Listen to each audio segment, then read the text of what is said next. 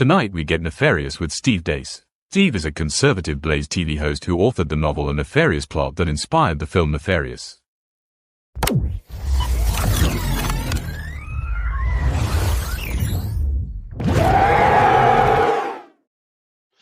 I am here with a person I am very excited to be with. His name is Steve Deace. Steve, did I say the last name correctly? You got it right, man. Thank you. Oh, yes. Perfect. So Steve is someone who, there's a movie I watched called Nefarious, and I've watched it, Steve, I'm not exaggerating. I've watched it like 5 times. Whenever I can't find anything, I can't find anything I'm surfing for, it's late at night.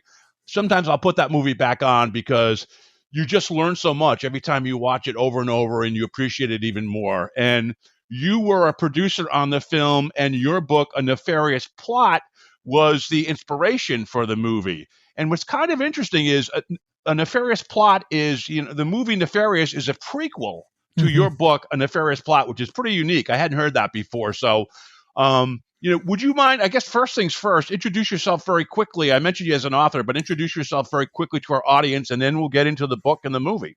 Sure. I host a daily 2-hour show after Glenn Beck over on The Blaze each weekday. My 14th book is coming out in May, Why Independence Day. So I've done a lot of writing. I produce on average about 240 podcasts a year for The Blaze. I've been involved in political campaigns from local school board all the way to president of the United States on a couple different occasions.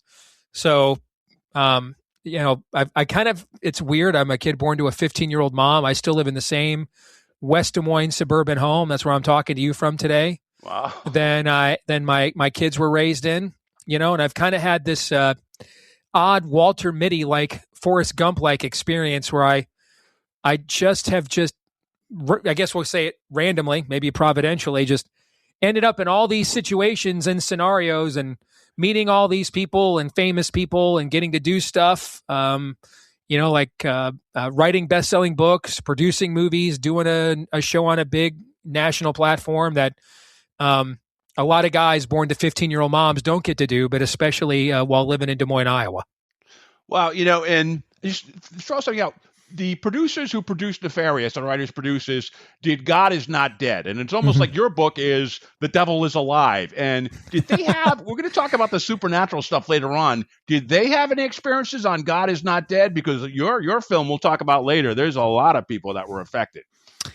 From a supernatural perspective, no. And they had never experienced anything. In fact, when we began pre-production for this movie, I grew up in a non-Christian home. My Nana, my grandmother, my mom was 15, so my grandmother played a heavy hand in raising me when I was a little kid because my mom was so young. My mom and I literally grew up together. And so she was huge into the occult, horror movies. One of my earliest memories is my mom went out on bowling night with my stepdad, where I got my last name, and my grandmother and I watching the original Salem's Lot on TV. And I can still remember how I felt as a 5-year-old when the vampire comes in through the kitchen floor. One of the great, scenes in 1970s television of that era, And so I was very familiar with every genre of horror, with very much of the occult. I was very much interested in spirituality and mysteries and things of that nature that I inherited from my grandmother.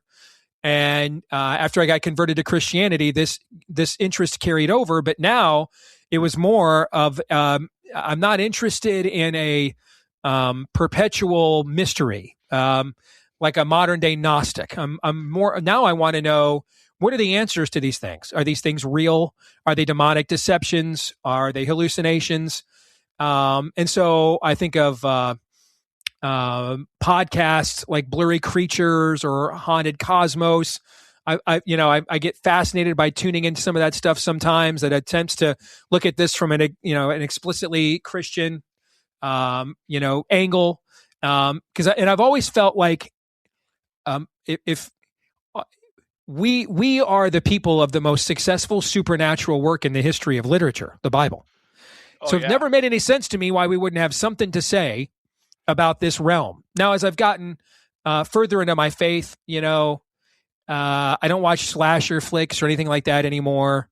But I am still very interested in horror movies that touch on spiritual themes, because I think you can tell a lot about a culture by what it's scared of, by what frightens it. And the first time I really thought, frankly, it was a horror film that convinced me that I'm going to have to even be more overtly biblical in how I do my show than I even pretended to be or wanted to be, because I went and saw a horror film called Paranormal Activity. Yeah. And I was writing movie reviews for WorldNet Daily at the time. And so they sent me to go review that film. And as I sat there opening Friday night, packed house, packed theater here in suburban Des Moines, and it was the first time that I can remember watching a major demonic possession film where there's no religious component or answer at all. Wow. And it wasn't, and if you remember in that story, her and her boyfriend, they do Google searches, they talk to her dad, they go to to a local academic on demonology. They go everywhere for answers on what is haunting them, except the one institution that claims it has the answer. Yeah. And of course, because they didn't go there, they end up losing to the demon and getting overrun by it at the end of the film. And one of the more, I think, truly frightening closes to a movie I can ever remember. And I walked out of there thinking, okay, if we're at the point now that we're kind of no longer doing secularism, but now we're going to acknowledge there's a supernatural realm, but there is no godly light component to it at all. And so it's just, we're victims of nihilism. This culture is even worse off than I thought that it was. And so that movie did have an impact on me on how I've done my show. I've always been intentionally a biblical worldview guy, but that movie had ever since I saw that film, I think it was 2008, 2009. Yeah. I mean, it's been even more prevalent in what I do, because I do, like I said before, I just think you can tell a lot about a culture by what frightens it. Yeah, you mentioned the Bible. A lot of people forget that one of the first exorcisms recorded, or the first exorcism recorded, was with Jesus in the Bible, and that there's actually ghosts mentioned in the Bible. People don't, forget that. Saul goes and seeks the witch of Endor to call up the ghost of the great Judge Samuel, right? The Bible doesn't say that's not Samuel. It doesn't say that's some demonic bastardization of it. It doesn't say that at all. And it doesn't say the witch didn't have the power to do that. In fact, the reason why God's people throughout the Bible are told to steer clear of such influences is not because they don't have any power, but because they do. But the source of that power is darkness, and it leads, like you see, ultimately that's the last saddest chapter of Saul's life, and it leads to his tragic ending, not just a few pages later in the Bible. And that's typically where a lot of those sorts of things lead. I think the best horror film made so far this century is Heredity. Yes. And I mean, Heredity is just almost a flawless film. Well, what's the storyline of that film? A grief-stricken family seeks out powers of darkness that do have some form of power. And it ends up leading to the unraveling and destruction of that family, to the point that their son now becomes a vessel for bringing forth a high lord of hell. And then what does he say at the end of the movie? That he is here to rebuke the Trinity. He says that right there at the end of the film, right? Mm-hmm. And so I think that that modern day Christian storytelling, Frank Peretti aside, has done a disservice by making it look like that maybe the battles we do fight are against flesh and blood. Maybe it's just our own hypocrisy.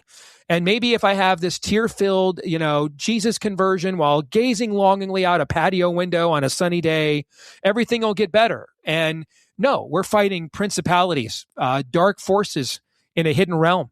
And I think that we have done a disservice in Christian storytelling in this last generation by not acknowledging that. And so both on my show and then in the novel and then in the movie I produced, I wanted to address that. Stay with us. We'll be right back. This is an Afraid of Nothing Paranormal Podcast Alert. $10 merch. $10 merch. That's right, podcast fans. If you go to our website, afraidofnothingpodcast.com, and click on the store tab, you too can find now $10 merch on the website. So not only can you get the great stuff like the hoodies and the t-shirts and the blankets and the glasses, you can also get stickers and bumper stickers and, well, a whole lot more. You need to see it yourself. But just remember this. $10 merch is now available at the Afraid of Nothing podcast store. Check it out. And remember, never be afraid to look good.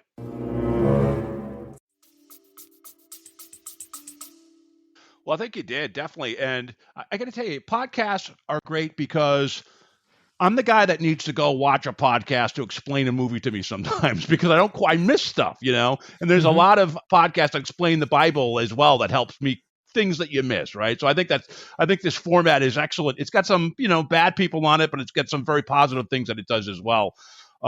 Let's talk about A Nefarious Plot. I think the inspiration came from a voice in your head in the shower, and that voice might not have been yours. You want to talk about that? Yeah, I was in Washington, D.C., the first time I've ever visited our nation's capital, where I got the inspiration for the book, because there's no better place to get inspired about a demonic takeover of America than going to Washington, D.C.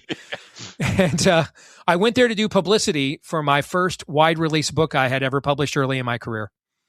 And so I get off the plane, get to my hotel, I hop in the shower, and while I'm in the shower, I hear this voice in my, little voice in the back of my head say, "This book is dedicated to all the useful idiots out there, for especially those of you who had no idea you were being used all this time, for you proved to be the most useful idiots of them all, nefarious." And I thought that is a very weird thing to randomly have pop up in your head in the shower, Yeah. And so I kind of just filed it away in the back of my head. And then DC is a place with lots of temptation and lots of blackmail material. And I'm there with my wife and kids at home. And I'm like, I'm staying in my room and staying out of trouble, And I'm going to sit down on my keyboard here and play around with this a little bit. And I started thinking about it, the screw tape letters. And Could you explain, Steve, the basic premise of it's C.S. Lewis, right? And it's C.S. Lewis is one of his most famous works. He wrote it in, for the Brits anyway, the heights of World War II. The Americans had just gotten in, but were not really organized yet as a fighting force. Hitler is 10 minutes away from adding the UK to his empire. He has spent over a year and a half now bombing the Brits on an almost nightly basis into smithereens to try to break them down. And it's in the midst of this that C.S. Lewis writes his book, The Screwtape Letters, and read it as an audio drama first on the BBC. And it's a book about it's a hidden manuscript that has been leaked, where a senior tempter from hell named Uncle Screwtape is mentoring a young demon named Wormwood on how to take down individual people with their deceptions. And so in the midst of a grand world war, Lewis brings the fight between good and evil down to the granular level, mano y mano, soul to soul, right? Yep. Well, I thought, what if now we actually go take it now back up here to the meta, and instead of a demonic manuscript that describes the takedown of how we're taken down as individuals, what about the takedown of an entire culture? And so I thought about, let's make Nefarious a high lord of hell who has been tasked by the devil with the destruction of the United States of America. And he's going to reveal his plan, but not kind of in the handlebar mustached villain. Okay. Now that I've got you, let me tell you my plan. No, the plan is successful. It's already been enacted. It's already been implemented. He listened to Seth Green and Austin Powers. Just shoot him. Just shoot him. Don't just stop talking and just shoot him. He doesn't. He's not going to tell you what he's going to do. He's already done it. It's already over. And he needs to convince his master, the devil, that he's been successful. And so the way that he will do that is to put it all in writing under his own name and put it out in the open. And America will be so far gone, it won't take it seriously. And that's how he'll convince his master, the devil, that he succeeded in his mission. And so I started writing the introduction, and that introduction to this ended up being about 90% of what was made into the final book. And I called two theologian friends of mine, one charismatic and one reformed, because I wanted two different perspectives on this. And to both of them, I said, hey, I'm not going to tell you what this is. I'm just going to read it to you, right? And then don't interrupt. And when we get to the end, tell me what you think. Wow. And I read it to each of them, the introductions, and they were both blown away by it. And they both thought that this is something, especially once I told them what I intended to do, that could be fleshed out into, an important work. And I normally write pretty fast. This book took me a full year to write. And it's because I had to take weeks, if not months, away from the character at a time. Yeah, I was going to ask a quick question. The making of the film had a lot of nefarious things going on even afterward. Did anything affect you while you were writing? Oh, definitely. Book? I mean, I had to stop writing it at night. And that's normally my time. My show's during the day. At night is when I have time. Yeah. And so I just could not go to bed and have this be the last thing, is trying to, because I need this to be an external character, not an anti-hero extension of my own personality. Right. Okay. Yeah. And when you dance with the devil don't change, he changes you. You stare in the abyss long enough, that sucker will start staring back at you, And so, and then I really struggled with how to end it. I tend to be, I'm fine with how dark the material is if it's redemptive at the end. Yeah. But I couldn't come up with a way to have a book written by a demon where he destroyed my country be redemptive at the end. And I even contemplated getting some major ministry people I know to write like an afterword, some kind of cop out. And then finally my wife is like, hey, is the book written by a demon? And I said, yeah. Then she said, then it should end like a book written by a demon.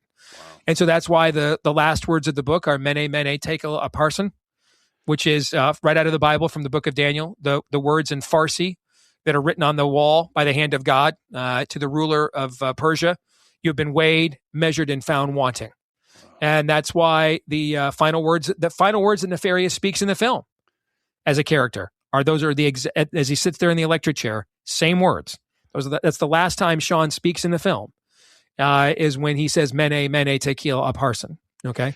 And when you say Sean, you mean Sean Flaherty? Sean Patrick Flannery, who played our demon in the film. Amazing actor.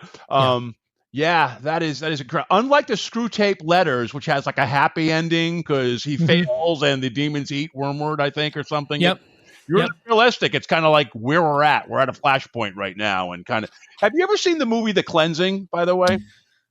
The Cleansing. I've seen The Cleansing Hour, but I haven't seen The Cleansing. Cleansing Hour probably is it. Yeah, that's the movie that was on like Shudder that has kind of that same thing where it takes place in a studio, and at the end, everyone that's watching. So the filmmaker that made that, Damien Levesque, is a good friend of mine. Okay, wow. And I love that movie. That's a great movie. I loved it too. I love that surprised. movie. I was like, okay, I'll watch. But then it just totally grabbed me in the end. I thought was brilliant. It was brilliant. What was it like once you had the book written?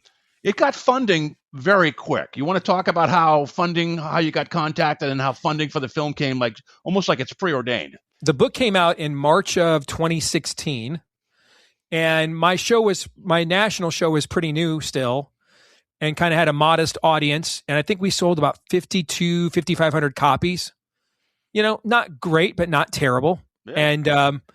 And I thought, well, okay, that was a nice little exercise, and moved on with, what I was doing next. And then about 5 months later, out of the blue, I got a call from Glenn Beck. And I did not know Glenn Beck yet. I was not working with the Blaze yet. And he called me and said, hey, a mutual friend of ours gave me your book, and it just blew my mind. I'd love to have you on my show to talk about it. So I came on that Friday. He was going to have me on for a segment, ended up being the entire hour. And we went through the book and where it came from and some of the things it points out about where we are in history. And listening to that interview that day was a guy named Chris Jones, who's driving to work in Burbank, California. And he's just formed an independent production company with two guys, Kerry Solomon and Chuck Conselman, who had written the script for God's Not Dead, which was the film that made Pure Flix Studios, basically. And they wanted to do a little bit more serious material from a Christian perspective. They had just signed a deal with Abby Johnson for her Planned Parenthood memoir, and they were in pre-production for that film. And so they were looking for like really good material And Chris got to the office before them that day and got my book on Kindle after hearing me talk about it on Beck, and just couldn't put it down. And so when the guys came in that afternoon from location scouting and stuff, he said, "Hey, I think I've got our next movie after this one. Just pick a page number out of this book, any random page number." And one of the guys picked the page number, and Chris read that page, and they're like, "That could be a movie." Wow. And so that night, I'm down here in this basement, actually. And my kids were still little at the time. I put them to bed. My wife's at a church retreat, and I just fired up the Madden to wind down, some me time. And I get an alert on my phone of an email, and I open it up, and it says, "Hey, we want to buy the movie rights to your book." And I thought, man, Nigerian print scams are getting really specific nowadays, Yeah. Okay. And I thought it was a joke, a troll. I deleted it, went back to playing Madden, and that little voice in the back of my head said, "You might want to take a look at that," And so I did a little Google search to find out that these names were legit names. And it was a legit offer. And we ended up signing the deal at Christmas. The next year, Christmas of 2017, is when we signed the deal for it. And then they went off and did Unplanned, the Abby Johnson work. And then it was, we started pre-production for Nefarious, and I think I was going to say this earlier and I forgot. Right as we were starting pre-production for Nefarious, because I watched all these horror films growing up, and to this day, I still think The Omen, the original Omen, is one of the greatest films I think literally ever made. Not just the greatest horror films ever made, one of the greatest movies ever made. And a lot of people don't know that movie is actually what inspired George Lucas with licensing. That was the first movie. So Jaws comes out in 1975. That kicks off the summer movie season. The Omen comes out in the first kind of traditional summer movie blockbuster. And then The Omen came out for 1976. And Warner Brothers wanted to capitalize on the success of The Exorcist. And so that was the first time that a year advance publicity for a film was done. And in every major bookstore in America, Warner Brothers put a sign with the creepy kid, and it said "The World Ends 6/6/76." The movie came out June 6, 1976. And so Lucas saw Warner Brothers doing all of this, he saw 20th Century Fox doing all of this. And that's when he went to the studio and said, "Tell you what, you guys can keep all the tickets. I want the licensing, the merchandising." And that's essentially what inspired Lucas to do that and funded what became his film empire. And so I've watched all the making of these movies. I kind of knew the backstory of the plane crashes and everything else that went on in the filming of this and The Exorcist. And so I went and found these DVD special features on YouTube, and I sent them off to my filmmakers. And I said, "Hey, this is not a world you guys are accustomed to. You guys are from the PureFlix world. Things are about to get wonky. You might want to watch a couple of these." Now, I meant this somewhat half tongue-in-cheek. I had no idea that this was actually going to be what occurred. I ended up raising the money for the film. We started pre-production in June of 2020 when Gavin Newsom first opened California. I flew out there to Burbank to meet with the guys. We storyboarded the film over the next 4 days. And then I went about raising the money for the film. They took our storyboards and then took the next 9 months putting the formal script for the film together while I went out and raised the money and everything else. And then we were going to start filming the movie. We were doing set construction and stuff in Oklahoma City. And both of my directors in their 60s got Delta variant COVID pneumonia and were nearly and had to be hospitalized and nearly died. Wow. And so then I had to go get another $1 million to secure our sets and stuff before the deadline. Other productions were waiting for this soundstage to take our place. And so we were going to start filming the movie in August of 2020. We had already done some casting conversation. And I won't tell you who it was. We actually had an Academy Award nominated actor agree to play Nefarious, provided he could have final say on the script. The first thing he wanted to do was get rid of the abortion scene. And I said, "No way." As the executive producer, no way. Yeah. If we start making these compromises now, it'll be nothing like the film we intended to make by the time we're done. Yep.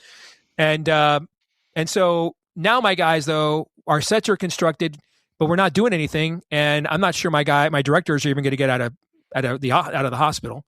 They got out at the end of October. And we've got a deadline. We've got to be out of this space by the start of the SAG Christmas calendar, which was December 23rd, I believe. Otherwise, we lose. About the space. Yep. The space is kind of what you shot with, the main part of the movie, but there was also a penitentiary that was probably. We filmed on site. That's right. We were the first film ever to shoot on site at a prison, an active prison in Oklahoma. It never happened before. I was going to say that must be very difficult to get clearance on. Yeah. And that was a medium security prison, so there's like legit criminals in there. Yeah. And a funny thing happened when we went to shoot there. Is we were experimenting with some drone cameras and some other stuff. Stuff never happens on time. You never keep to the minute schedule. And so by the time we got to filming Sean's perp walk to the electric chair, and we had some rain coming in, we thought this is going to add to the atmosphere. So let's wait till it starts raining, And so by the time it's raining and everything, and we're filming the scene with James and the warden, and then Sean's perp walk, well, there's been a shift change, and the overnight warden is in. And he doesn't know that we are still there. He was told that we would be out of there before he came in. All right. And so when we start staging this perp walk of Sean in an orange jumpsuit with security guards, the alarm gets sounded, thinking something's wrong. Someone's trying to escape. The whole thing goes on lockdown. Okay. Because the overnight warden doesn't know what we're doing. This was just one of many situations. And this can be I don't know if anybody's been in a prison. All right. Now, I was not there for these filming days, but I heard about it. This is an active prison. There are rapists in this prison. There are drug dealers in this prison. When we said it's a lockdown, it is a lockdown, right? Okay. Guards with guns, billy clubs, they're ready to do their jobs. And my guys are just sitting there like, just filming a movie here. Okay. All right. So, but most of the scenes that most people remember were filmed on a massive soundstage in downtown Oklahoma City where the Thunder used to play. And we rented that facility out. They shot the movie Reagan there. And then the second production to get into that soundstage was us after that movie. And wasn't there a huge accident or weather thing that tore off the roof on that facility? That happened, yes. Yeah. Well, I mean, the first day we went to filming in downtown Oklahoma City, and now I'm getting ready to come from Des Moines with my family to watch the movie the rest of the movie get filmed. And my directors call me in a panic. Hey, we're done here. We can't make the movie. I'm like, what is going on? All right. Our lead cinematographer. So Oklahoma is a right to work state. Yep. My directors, their previous movie was a non-union production, but they always pay better than union scale of the workers. They just don't want to pay a bunch of left-wing communist unions grift. We paid people very, very well.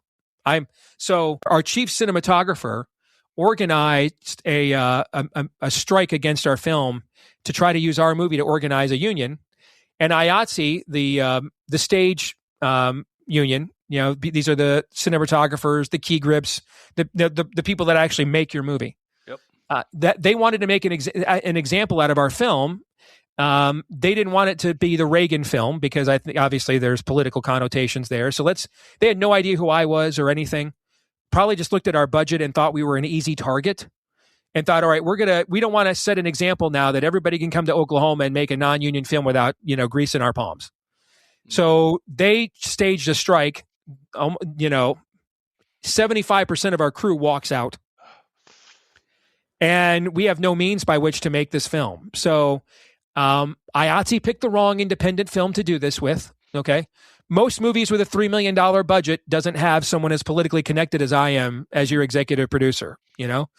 And so I just so happen to know high-ranking members of the Oklahoma State government, like the Secretary of Education and others. All right. So I got on the phone with those guys. I told my directors, I said, we will be making this film. Let me do my job. And so I got on the phone to the people I know politically, eventually got the Attorney General of the state to issue a public letter to any members of the crew that crossed the picket line. I'll defend you in court if the unions try to come after you, blacklist you. We got just enough of our crew, and I mean just enough of our crew, to cross the line and film the movie. Our cinematographer was the understudy of the cinematographer, had never made a movie before, only documentaries. We were under constant threat that they were going to get a Biden-friendly federal judge, to put an injunction on our film. And so much of the movie you see, like the assembly cut of our film, the totality of everything you filmed, is like barely 2 hours. Wow. Many of the scenes you see in this movie were done in 1-2 takes top. or 2 takes tops, because we got to get done. And at the same time, we've got this deadline of, we started shooting, all right, the Monday after Thanksgiving, and we've got to be done by December 23rd. We're already going to lose our sets if we're not. And then we're threatened with this idea that an injunction we would probably beat, but that would take weeks or months to beat. We ended up actually beating IATSE in the labor union court. The Biden magistrate judge actually ruled in our favor, if you can believe that. Okay. Wow. But that didn't happen for another year. And so we were under a constant threat that this movie was never going to get made. My crew was making the film on one end of the soundstage in this massive arena. Every day I'm on the other side of the arena, literally yelling at politicians to do their job to make sure we can make our film. Okay. So that's just one of many challenges. Natural, but Steve, I got to tell you, I made one small film and then a documentary. You work much harder than any executive producer I've ever. Usually that credit's like, oh, they gave money or something, But you've like worked your tail off, and plus you had some health impacts, which we'll talk about in a little bit as well. So you really paid the rent for this one. So and then we had numerous spiritual issues while making the film. One of the things that occurred is my directors, very, very devout, charismatic Catholics, and they have a lifelong friend who's a Vatican exorcist certified priest who goes with them wherever they go. Great guy. He was on set with us every day, blessing the set and everything else. And they're all in this Uber together, or in this Verbo together, staying together, right? Yeah. And so they wake up one night and there's a massive commotion in their house. And it sounds like an animal has gotten in, and they're thinking, you know what? We did the Bachelor thing, left all the pizza boxes and everything out, Yeah. And then we got all the windows open. It's kind of warm here. And an animal just got in to get our trash, kind of our bad, right? So they go downstairs to get rid of the animal, and they realize that the animal's not downstairs, and none of the pizza boxes or anything they've left out have been touched. And so they now hear this massive commotion upstairs. They go upstairs. And in one of the bedrooms of this Verbo, they had set up an altar with their priests so they could do the mass every morning before they came to the set to film. And so this squirrel got into their house, left all the food, everything else completely alone, went right up into the room where they were doing the mass every morning, turned over, desecrated all the idols, the entire altar, urinated and defecated all over it. And then left the house. Absolute true story. And also, there were a ton of not a ton, but there were many car accidents. There were numerous car accidents. Numerous. Nobody died, right? And nobody died. Yeah. The Chris Jones I mentioned to you before, he called me one afternoon, the week after the movie came out, and he's with his kid in Costco, and he noticed as he's in the parking lot that his son unbuckled his car seat. And so he bends back into the car to rebuckle the car seat. And out of nowhere, this car comes down that parking lot, takes the door of his car off because he had it open to buckle his kid in, and takes the door of his car off and misses him by inches. And he's like, if I did not bend back down to put my kid's car seat back on, I'd be dead right now.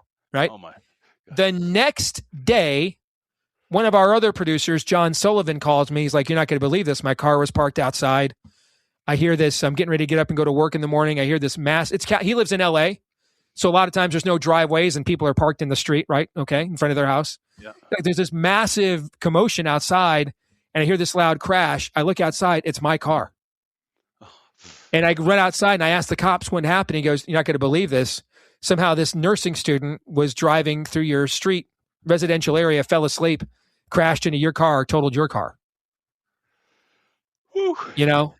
And a few minutes later, he might have been in that car going to work or on his way there. Who knows? Yeah. So those kinds of stories we heard quite a bit. Now there was a priest. Was it Father Carlos Martin? That had some interesting experiences. Do you mind talking before we get to that? The gentleman who wrote the script, they're from like New Jersey or something, and they're like, "Wow, this script, we did it, but it wasn't us. Something kind of like fueled us to write this." Is that accurate? Whenever you hear Christians talk about spiritual warfare today, a lot of times it is from the perspective of things being done by darkness to them. I will tell your audience the most faith, other than having and raising kids, the most faith challenging and rewarding experience I've had in my life is the making of this film. Mm. Because if you're just getting picked on, that's not a spiritual war. That's just a spiritual bullying. Mm-hmm. But I saw God open up doors we could have never opened on our own, made things happen we could have never made happen on our own, gave us inspirations we would have never simply had on our own. And I'll give your audience one example because it's maybe my favorite example of how God made this movie happen. And so we get done with principal photography in February of 22. And the last scenes we shot were the very beginning where James's mentor commits suicide at the beginning. Those are the last scenes we shot there. And then the interview with Beck, those were shot in Dallas in the winter of 22. So we get done around February of 22. And my filmmakers are like probably 6 to 8 weeks until we get you a rough cut to see if, you like where we're going, and we'll talk about, where we are from there. I'm like, okay, cool. So I go back to just do my show and get back to normal. And about 6 weeks later, I get an email out of the blue in the middle of my show during a commercial break from a guy named Brian Jeremiah Smith. And he says, hey man, love your show. Never miss an episode. I've been waiting years. I love this book. I've been waiting years for this movie to finally get made. I cannot wait to see it. It's probably too late. You're probably too far into post-production, but just in case, here's my resume. And, if I can be of any assistance, man, I work for Netflix. I'm the only editor at Netflix that did not take the jab. And they were going to fire me, but then the Supreme Court overturned the Biden jab mandate, and now they can't. But they don't know what to do with me because they don't want to reward me for defying them. So they just put me on indefinite paid leave. So I've got free time. If I can help, let me know. Wow. And I opened up this guy's resume, and he worked on like Get Out. He worked on The Haunting of Hill House. One of the editors for that for Netflix. He was supposed to be one of their editors for The House of Usher, but that's when they took him off because he wouldn't take the jab. He worked on Dr. Sleep, the Shining sequel. So, this guy has worked in a lot of major productions in this very genre. I'm like, snap, man. I wish I'd have known this guy existed 6 months ago. We could have used him, So I sent his information off to my filmmakers. I'm like, yeah, I know it's too late now, but maybe this might be a good contact for you guys for future projects, And I go back to do my show. And then the next commercial break, I look and I've got an email from one of my filmmakers. And he's like, yeah, funny timing here because the first editor we hired, and we hired a guy, the only editor in Oklahoma, because everything we did in Oklahoma was for the tax credit. Yep. And this guy turned in a rough cut that's so bad, we're pretty sure the movie is ruined, can never be released, and we don't want to show it to you. So on the off chance that this guy could save our film, we're going to call this guy like today. I was like, okay. And I was thinking you only had a couple takes on most of the shows, and then I thought the finished product was so tight, was so well edited, without even being prompted. Our filmmakers would credit Brian for a lot of that. Yeah. And so I like the analogy I always give so they go meet with Brian, and Brian is available, but this is a top end editor for the number one streaming service at the time in the world. And we can't afford him with the budget that we have left. We're almost down to pennies to get it this far. Yeah. And he goes, well, don't worry about it. Netflix is paying me. Wow. So you guys pay me what you can, but man, I'm getting paid well by Netflix. I got the time. Let's do this. And, if Carrie and Chuck were here, they would agree with me that Brian basically saved our movie. We called Mariano Rivera out of the bullpen. The bases were loaded. Nobody was out, and we're only up by one run.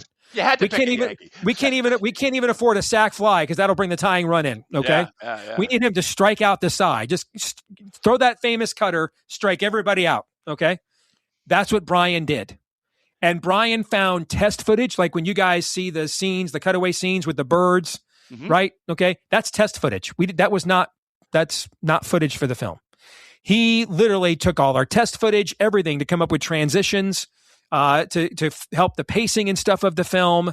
He saved it. That's what he did. He came out of the bullpen in the ninth inning and saved it, and struck out the side. And we would not be here today. We would not be here today without Brian. We had no idea this guy even existed. had our belief system, let alone, the amount of people that know this genre and have our belief system is not immense. And so that was just simply a door that God opened right when we needed it and dropped it right in our lap. Did he have anything kind of diabolical happen while he was editing? Any equipment problems? Or was he really didn't. The rest of us did. Brian got off scot-free. All right. So apparently the Lord said, you're suffering enough for the low rate they can pay you to do all this. Right. Okay? All right. We're going to make everybody else go through the suffering that you are exempted from. All right. And so Brian ended up moving his wish was to take him and his wife had a young family and about to have another baby. And his hope was to get him out of LA and to Georgia and friendlier territory. And that's where they live now. And he's a very busy man. And just an overall pretty cool dude.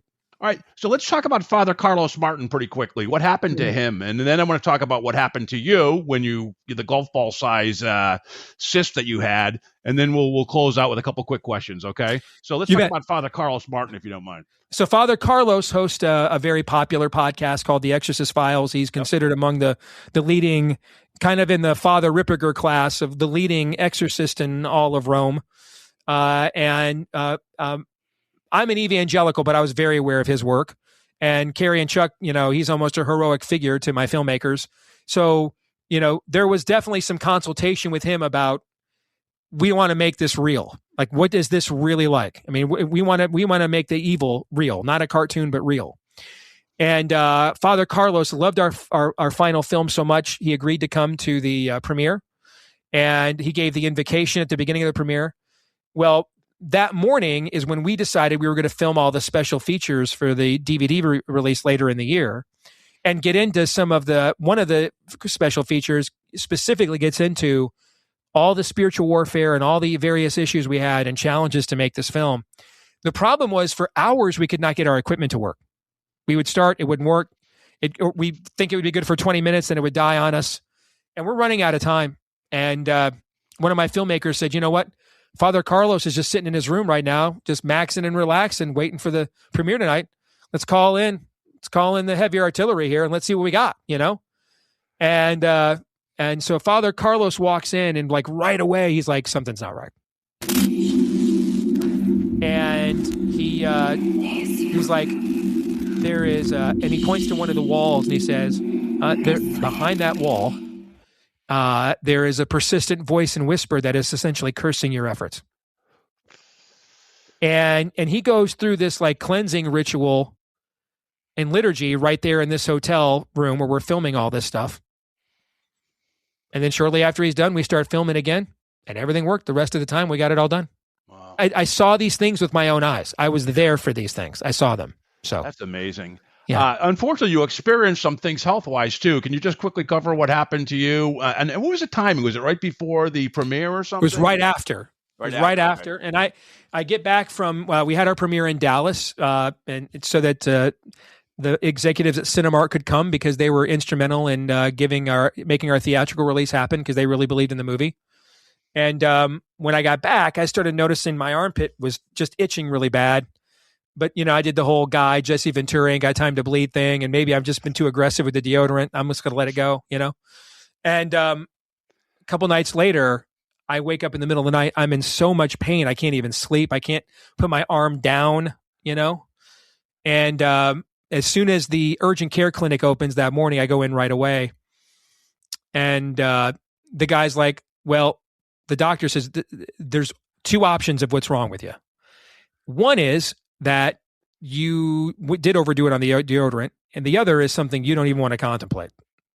So he goes, I'm going to give you a quick little, anti-inflammatory shot right in the rear end, like a cortisone shot. And in the hopes that that's going to work. Because if that doesn't work, then we're talking about something that you don't want to talk about. So I felt instantly better after the shot, went and did my show. And then as I got home and as the rest of the afternoon went on, I am feeling even worse than I was before. And now the pain is essentially overwhelming. I'm having a hard time staying conscious. And my wife rushes me to the ER that night. I essentially slip into, the stage of unconsciousness before you're into a coma, essentially like a form of delirium. My temperature and everything is off the charts. And it turned out it was the other thing. And that I had a severe life-threatening MRSA infection of a, quote, unknown origin. And said that in my chart. And the kind of thing that maybe if I would have addressed it 3 days prior, maybe 1 or 2 really crappy shots and a dose of doxycycline would have fixed it. But because I let it go, because I've got too many things. I'm just too important to go to the doctor, of course. Yeah. I let it go to the point that it was one step from sepsis getting into my bloodstream. And so they had to operate right there in the ER. They had to put me under because they had to open up my armpit and literally take a spoon and scoop this bacteria out of my armpit. Wow. And I thought I was, so I felt so much better the next day, but I had to go to my doctor for post-op evaluation 48 hours later. And by that time, I'm feeling really good and a lot of the swelling has gone down. And so I'm thinking I'm good. I made it, right? And he goes, I have some very, very bad news for you. I said, oh, no. He said, well, now that the swelling has gone down, they would have not been able to see this before because the swelling was too prevalent. But now that the swelling has gone down, the bacteria actually dug a series of paths in your armpit. There's at least 2 other infection planes in that armpit. And that if I don't take them out right now, we're going to go through this all over again. And this time it might kill you again. And he goes, I got even worse news for you. This is the most painful procedure we do without putting somebody under. Why can't they put you under? Is it just I don't know. He explained it, but I can't remember why he said this. Yeah. That's okay. It's just a matter of it goes with the story where the devil wants to give you as much pain as possible. Yes, anyway, and it worked. And I mean, the amount of screaming that hallway at that urgent care clinic heard, where my doctor's office is, all right, and words that I didn't know I knew anymore. Okay, and I had to go back and do this 3 days in a row. Wow. Oh my God. Okay, and so the thing was, he's like, a lot of doctors won't even give you a local because there's a decent chance it won't, that the nerves are so shot from the bacteria, it won't numb it anyway. Yeah. And so a lot of doctors won't give you a shot because they don't want to cause you twice the pain by putting a needle in you that won't work and then doing it anyway, So it was like I was in a Civil War era field hospital. They literally gave me something leather to bite down on. And they didn't ask me if I wanted any whiskey. All right. Like, you need to bite down on this. The only thing that would have been worse is if your doctor was called Dr. Payne or Dr. Damien or something like that. And yes. So. And then they give you, there's only one grade of antibiotic that when MRSA gets to the sepsis point will kill it. And it's called a nuclear level antibiotic or something. I can't remember. Most people cannot tolerate it orally. And so they have to stay in the hospital for the full 10 days of the course because you can only get it intravenously. So because I'm stubborn, he agreed to let me have 24 hours to see if I could tolerate it. And if I could, then they'd go ahead and just let me work and take it orally. And I could take it, actually. I was fine with it. So I get down to the last 2 days of the antibiotic course and I go for my final checkup and he's like, dude, you're looking great. It's healing. You're good. Well, I mean, we're going to take the patches out. I got okayed to go do this speaking engagement in New York I had scheduled for the last year. And I fly out there and my wife, as I'm flying out there, I'm like getting really warm and hot and stuffy. And I'm thinking, oh man, what a terrible time for my annual sinus infection. It is spring. That night I wake up and my wife says to me, honey, relax. The ambulance will be here in a minute. I'm like, what? And I turn around, there's like this puddle of sweat behind me in my head. She goes, baby, your temperature is 105. Wow. And I checked it 3 times. The ambulance will be here in a second. You are delirious again. Well, what happened now is now that the meds had killed off the MRSA, they're now attacking my immune system. And I'm having another death-defying reaction to the meds. The problem is, though, because my MRSA was so recent, they couldn't automatically do that because they had to make sure I wasn't sepsis because I could be contagious. And then that's like a Center for Disease Control, quarantine level event. Wow. Yeah. So they have to keep pumping these meds into me until the bacteria sample comes back, the blood sample to show that the bacteria is gone. So I'm still being fed this allergic this medicine that I have this allergic reaction to at the exact same time in this hospital in New York. So it's a race to see which one of these two things is going to kill me first, the Mercer or the med.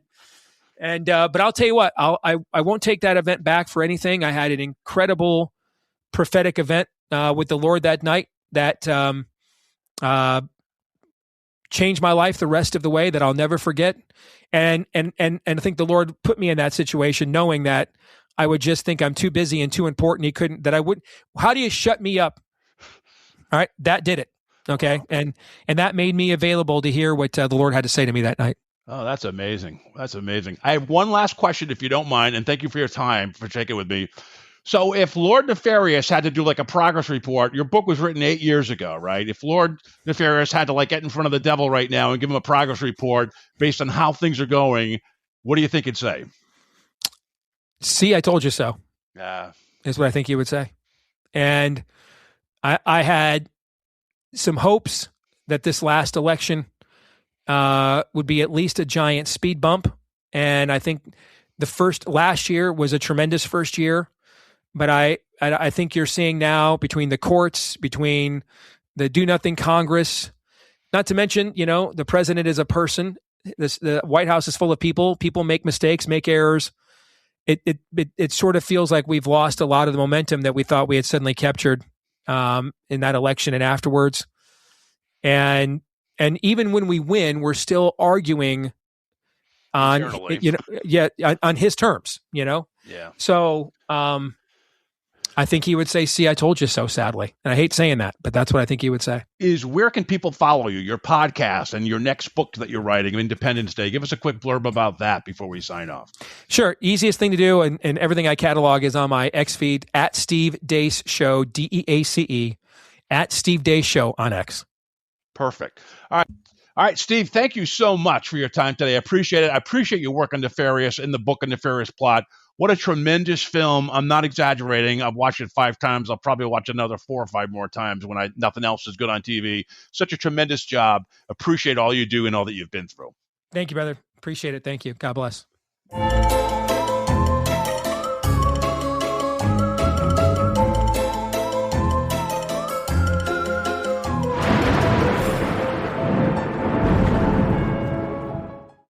Hey, you're still here? Great. Then why not listen to another episode? Visit afraidofnothingpodcast.com to peruse all the shows. That's afraidofnothingpodcast.com. And while you're there, click the coffee cup icon to buy me a coffee and leave a review. I'll give you a shout out in an upcoming episode. And the world will know how swell you are.